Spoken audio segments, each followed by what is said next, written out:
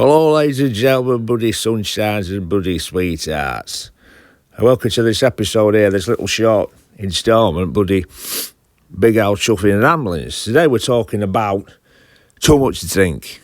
You know, I've got this like kind of whiskey review show and we do beer and this, that and other, but how much is too much to drink? Well, as I've got older and I've got a little bit wiser, very rarely nowadays do I get too pissed. I mean, you see me overnight with Chuffing Big Rob. We'd had a few bloody slurps, but everything in moderation. I don't do that on a Chuffing nightly basis. Only primarily drink a little bit of booze at weekends, and usually if I'm doing one of these bloody reviews. But basically, thinking back to old days, when I was like a teenager, just getting into booze and all that kind of stuff, one night went round bloody Tommy. I was underage, actually, about bloody 16, 17 or something. It was my mate Stuart, the bloody wild man at bloody Pampers, it his Chuffing birthday. And, nipped round bloody Chuffing town, round Donny, went out. Me, Stu, our Scots, my brother, a guy called Chuffing Stanley, and 2 or 3 girls, we went down. And I don't know how drinking in them days, bloody, I could get my Chuffing mitts on, basically. But I was drinking whatever I was drinking. If anybody was leaving any kind of bloody residue or drops in bottom of Chuffing glass, I was bloody slurping them back as well. So bloody girls, they were leaving bloody Chuffing Sabu and Baileys and Chuffing vodka and bloody all sorts of Chuffing shit. Now, if it were there in the table, they were ready to move to the next pub, I was bloody slurping it up, I was drinking it. So this went on. We finally got to the nightclub, and I'd been okay, but we've all been there. Anybody who's a drinker, who's drink maybe a little bit too much, got to this bloody nightclub. Jesus, bloody Christ. Gets on dance floor, Chuffing room starts bloody spinning. Thought I was going to Chuffing barf up on bloody dance floor, gets to the toilets, collapses on this bloody toilet seat. God knows how long I've been bloody passed out for, but I passed out, walk up by bloody bouncer hammering on Chuffing door. He said, I know you're in there. So, up at the door, he's like trying to escort me out. As soon as I got out, it's all, I made a Chuffing break for it, didn't I? Got like bloody Dukes of bloody hazard. I'm trying to Chuffing duck through all these people trying to escape. I've got no chance, have I? He's stone cold sober. He's trained for this kind of thing. I'm a Chuffing basically half asleep, half drunken, Chuffing inebriated, Chuffing scoundrel. Chuffing headlock on, lift him, Chuffing threw me out. So that bloody one. Tried to get back in the nightclub as well. Never going to let me back in. I bloody vomit all over me Chuffing shirt. Like a right Chuffing mess. There was one round bloody Tickle. Went round Tickle with Chuffing boys. And there were me, Dino, Stuart, and our Chuffing Scotty boy were there as well. And we'd had a good night, we'd had a decent night. It was quite respectable, most of it. And we gets in this final Chuffing pub. I don't know if it was Oak. I think it might have been Oak, this pub in Tickle used to be called Oak. We get sat down. All 4 of us orders a Chuffing Guinness. All 4 of us orders a double Chuffing Jack Daniels.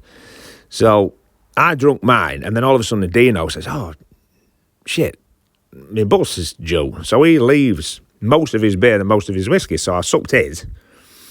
And then our Scott says, oh, I think his bus was due, so he had to split. So I ended up supping most of his. And then Stuart says, I don't want that Jack Daniels. So I'd suck all of mine, half of Dino's, half of our Scott's, and Stuart's bloody Jack Daniels. And I've been talking to this Chuffing barmaid, I've been getting on like a bloody house on fire. But all of a Chuffing sudden, she had 3 flaming heads. She looked, I can't remember the name of that bloody deity, but that bloody snake with multiple head situation, she looked like that. And I became painfully aware that I was bloody slurring some bloody crawl. I sounded like an half asleep Chuffing Ozzy Osbourne.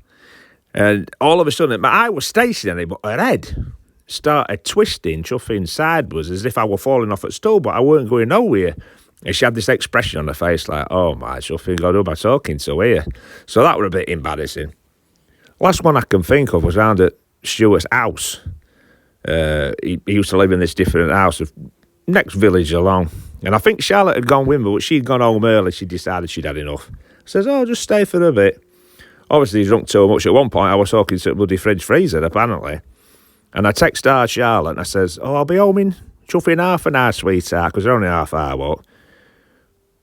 2.5 hours later, I turned up at bloody home. And apparently she come downstairs and I was just stood in dark in the kitchen staring at a chuffing wall. And she says, what are you doing? I said, oh, hello, sweetheart. Oh, she says, never mind, buddy, hello, buddy, sweetheart. Get your chuffing hairy arse upstairs, get into a bloody bed. So, yeah, it's not, to live your life that way on a regular basis is not a good thing.